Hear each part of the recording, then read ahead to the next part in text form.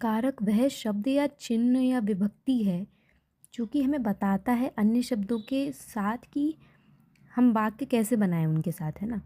जैसे कि बताता है कि कौन किसे, किससे, कब, कहाँ और कैसे क्रिया कर रहा है। तो आइए इसे जानते हैं। और विभक्ति क्या होती है? क्रिया के साथ संज्ञा शब्दों का संबंध प्रकट करने के लिए जिन चिन्हों का प्रयोग किया जाता है वे ही विभक्ति कहलाती हैं। ठीक है, तो विभक्ति हो गई ना, जैसे प्रथमा विभक्ति, द्वितीय विभक्ति, वो बताना। विभक्तियों को भी वैसे दो प्रकार से की होती हैं, जैसे कि कारक विभक्ति और उपपद विभक्ति। हम कारक विभक्ति देख रहे हैं। जो विभक्ति क्रिया के चिन्ह के आधार पर लगती है और जिसमें सामान्य नियम लगते हों उसे कारक विभक्ति कहते हैं। ठीक है, इसको अपनी इजी भाषा में समझे तो हम ये कह सकते हैं कि जैसे तुमने पत्र लिखा। ठीक है, तुमने पत्र लिखा, इसको संस्कृत में कैसे लिखेंगे? त्वम पत्रम अलिखः। ठीक है, तो ये कैसे पता चला हमें? यहाँ तुमने पत्र लिखा। ठीक है, तो यहाँ पे ने क्या है? कर्ता, पहला कारक विभक्ति है ना, प्रथम विभक्ति। तो तुम के साथ ने लग रहा है, तो त्वम के साथ क्या लगेगी? प्रथमा विभक्ति हुई। ठीक है, तो त्वम पत्रम अलिखः। धीरे धीरे समझ आएगा। चलिए आगे बढ़ते हैं। तो प्रथमा विभक्ति में कर्ता कारक। ठीक है, कर्ता में सदा प्रथमा विभक्ति होती है। जो स्वयं क्रिया का संचालक हो या जिसके अनुसार क्रिया चलती है वह कर्ता होता है। ठीक है, कर्ता मतलब जैसे कि हम एग्जाम्पल लेते हैं, दादी ने कहानी सुनाई, तो यहाँ पे ने विभक्ति चिन्ह है। ठीक है, तो कर्ता ने। अगली द्वितीय विभक्ति पे आ जाते हैं, जिसको हम कर्म कारक कहते हैं। ठीक है, तो कर्ता क्रिया के द्वारा जिसको सबसे अधिक चाहता है उसे कर्म कहते हैं। जैसे कि श्याम ने पौधों को पानी दिया, तो कर्म क्या हुआ? पौधों को पानी दिया ना, तो को, पौधों को, तो को किस में आ गया?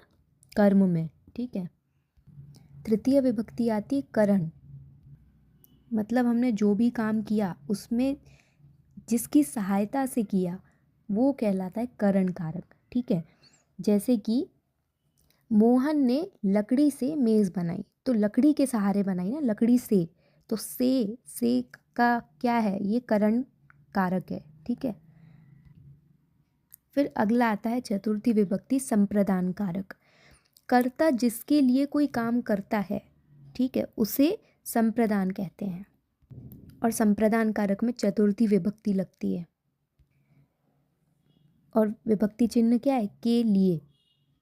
जैसे माता पुत्र के लिए वस्त्र लाती है, तो यहाँ माता क्या हुई? कर्ता, और पुत्र के लिए वो क्या कार्य कर रही हैं? वस्त्र ला रही हैं। ठीक है, फिर आता है अपादान कारक, जिसमें पंचमी विभक्ति होती है। तो इसमें होता है से अलग होने पर, है ना, तो इसका अर्थ है अलग होने में हम यूज़ करते हैं। जैसे कि वृक्ष से पत्ता गिरा, तो से गिरा, है ना, अलग होने पर। अब अगला है संबंध कारक, जिसमें षष्ठी विभक्ति का प्रयोग किया जाता है। और जब वाक्य में स्थित एक शब्द का दूसरे शब्द के साथ संबंध बताना हो तब हम इसका यूज़ करते हैं। ठीक है, जैसे कि षष्ठी में क्या आता है? राजमोहन का पुत्र है, तो यह संबंध बता रहा है का, के, की, रा, रे, री। ठीक है, फिर आता है अधिकरण कारक सप्तमी विभक्ति का, जिसमें प्रयोग होता है। क्रिया के आधार को ही हम अधिकरण कहते हैं। ठीक है, जैसे कमल सरोवर में खिला, तो में, है ना, तो ये कारक का यूज़ हुआ है यहाँ पे। अब अगला आता है लास्ट संबोधन कारक, हे अरे ए ओ, तो अरे श्याम तुम कहाँ गए थे। तो इस टाइप से हम जब संबोधित करते हैं तो वह सप्तमी विभक्ति में होता है। उम्मीद है आप सभी को समझ आया होगा। चलिए आगे बढ़ते हैं। धन्यवाद।